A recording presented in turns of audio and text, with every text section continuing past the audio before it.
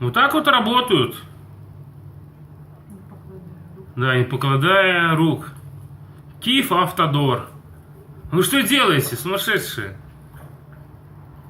Хватит воровать, покупайте технику.